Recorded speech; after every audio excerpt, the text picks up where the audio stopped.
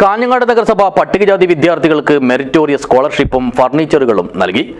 പട്ടികജാതി ക്ഷേമത്തിനായി ഈ സാമ്പത്തിക വർഷം 1,25,00,000 രൂപയാണ് നഗരസഭ ചെലവഴിക്കുന്നതെന്ന് chairperson K V Sujatha teacher പറഞ്ഞു.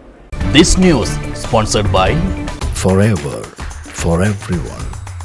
Shobhika Weddings, Big Mall, Kanyanad, Kozhikode, Koilandi and Kutyadi. 10ാം class വരെയുള്ള പട്ടികജാതി വിദ്യാർത്ഥികൾക്കാണ് കാഞ്ഞങ്ങാട് നഗരഭരണ സമിതി മേശയും കസേരയും നൽകിയത്.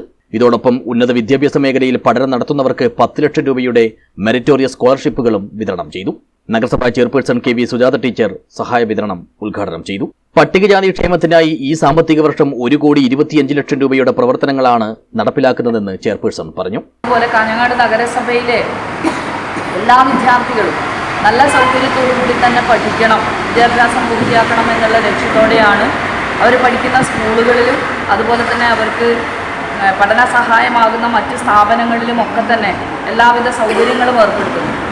അതിൻ്റെ ഭാഗമായി നമ്മളിപ്പോൾ കഴിഞ്ഞ 3 വർഷങ്ങളിലും വിദ്യാർത്ഥികൾക്ക് വീടുകളിലേക്ക് സ്വന്തമായി ഒരു മേശയും കസേരയും അവർക്ക് പഠിക്കുന്നതിന് വേണ്ടിയിട്ടുള്ള പുസ്തകങ്ങൾ സൂക്ഷിക്കാനടക്കം കഴിയുന്ന ഒരു സംവിധാനം സ്വന്തമായി നൽകുകയുണ്ടായി. അപ്പോൾ അപേക്ഷിക്കുന്നവർക്കൊക്കെ കൊടുക്കാൻ കഴിയുന്നു എന്നുള്ളത്, അല്ലെങ്കിൽ അങ്ങനെ ആരെയും ഒഴിവാക്കാതെ തന്നെ നൽകാൻ വേണ്ടി നഗരസഭ ശ്രദ്ധിക്കുന്നുണ്ട്. അതിൻ്റെ ഭാഗമായിട്ട് കുട്ടികളുടെ പഠന നിലവാരം ഉയർത്തിക്കൊണ്ടുവരാൻ നമുക്ക് കഴിയുന്നുണ്ട്. പ്രീ മെട്രിക് ഹോസ്റ്റലിലായാലും മറ്റു വിദ്യാർത്ഥികളിലായാലും അവരുടെ പഠന നിലവാരം ഉയരുന്നുണ്ട്. അതിനു വേണ്ടിയിട്ടുള്ള എല്ലാ സൗകര്യങ്ങളും കാഞ്ഞങ്ങാട് നഗരസഭയിൽ നൽകുന്നുമുണ്ട്. 12 പേർക്ക് വീട് നിർമ്മാണത്തിനുള്ള ഫണ്ടും 14 പേർക്ക് വീട് നവീകരണത്തിനുള്ള ഫണ്ടും അനുവദിച്ചു. 8 പേർക്ക് വിവാഹ ധനസഹായവും മിശ്ര വിവാഹിതർക്ക് പ്രത്യേക ആനുകൂല്യവും നൽകി. പ്രൊഫഷണൽ കോഴ്സുകളിൽ പഠിക്കുന്നവർക്ക് സ്കോളർഷിപ്പിന് പുറമെ ലാപ്ടോപ്പും ലഭ്യമാക്കും. പഠനമുറി, ഗാർഹിക സൗരോർജ്ജ വിളക്ക് തുടങ്ങിയ പദ്ധതികളും നടപ്പിലാക്കി വരുന്നുണ്ട്.